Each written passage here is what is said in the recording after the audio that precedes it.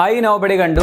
പടം എങ്ങനെയുണ്ടെന്ന് ചോദിച്ചാൽ ഒരു ഡീസന്റ് ഹൈസ്റ്റ് ആക്ഷൻ ത്രില്ലർ പടമാണ് ഐ നോബഡി. എനിക്ക് പേഴ്സണലി വർക്കായി. മലയാളത്തിൽ അധികം കാണാത്ത ടൈപ്പ് ഒരു പ്രമേയവും വളരെ ഫ്രഷ് ആയിട്ടുള്ള അതിന്റെ എക്സിക്യൂഷനും പടത്തിന്റെ പോസിറ്റീവ്സ് ആണ്. ടെക്നിക്കലി മലയാളത്തിലെ ഈ വർഷത്തെ one of the best film ആണ്. വളരെ സ്റ്റൈലിഷ് ആയിട്ടുള്ള കിടിലം മേക്കിംഗ് ആണ് പടത്തിന്റെ മെയിൻ പോസിറ്റീവ്. ഫസ്റ്റ് സീനിൽ തന്നെ നമ്മൾ പടത്തിലേക്ക് ഹുക്ഡ് ആവുന്നുണ്ട് എന്നുള്ളതാണ്. പിന്നെ ഇന്റർവെൽ വരെ ഒരു അടിപൊളി പോക്കാണ്. ഫസ്റ്റ് ഹാഫിനെ വെച്ച് നോക്കുമ്പോൾ സെക്കൻഡ് ഹാഫ് ഒരല്പം ഡൗൺ ആയിട്ടുണ്ടായിരുന്നു. പ്രത്യേകിച്ച് ക്ലൈമാക്സിൽ ഒരു സാധാരണക്കാരൻ സമൂഹം എന്ന് പറയാവുന്ന ടൈപ്പ് സ്ക്രിപ്റ്റ് ആണ്. അതിന്റെ കൂടെ തന്നെ പുതിയൊരു വാർത്ത കിട്ടുമ്പോൾ അതുവരെ പൊക്കിക്കൊണ്ട് നടന്ന വിഷയം വിട്ടിട്ട് അടുത്തതിലേക്ക് പോകുന്ന ട്രെൻഡിങ് മാധ്യമ സ്വഭാവം, അതുപോലെ തന്നെ കൂട്ടത്തിൽ ചവിട്ടികളായിട്ടുള്ള പല നാടൻ മലയാളികളെയും ഒക്കെ സിനിമ തുറന്നു കാട്ടുന്നുണ്ടെന്ന് പറയാം. കുറുക്കിക്കൊള്ളുന്ന ചില ഡയലോഗ്സും പടത്തിലുണ്ട്. അതൊക്കെ നൈസ് ആയിരുന്നു. അതിന്റെ കൂടെ നല്ല കുറച്ച് ക്യാരക്ടേഴ്സും അഭിനയിച്ചവരുടെ നല്ല പെർഫോമൻസും പടത്തിന്റെ പോസിറ്റീവ് ആണ്. പെർഫോമൻസിൽ പൃഥ്വിരാജ് എനിക്ക് തോന്നുന്നു ഈ അടുത്ത കാലത്ത് പുള്ളി ചെയ്ത സിനിമകളിലെ ഏറ്റവും മികച്ച റോൾ ആൻഡ് പെർഫോമൻസ് ആണ് ഇതിലെ എന്ന്. സാധാരണ ഏറ്റവും വിമർശിക്കപ്പെടുന്നത് പുള്ളിയുടെ ഡയലോഗ്സിലെ നാടകീയത എന്ന് പറയുന്ന സംഭവമാണ്. അത് ഇതിൽ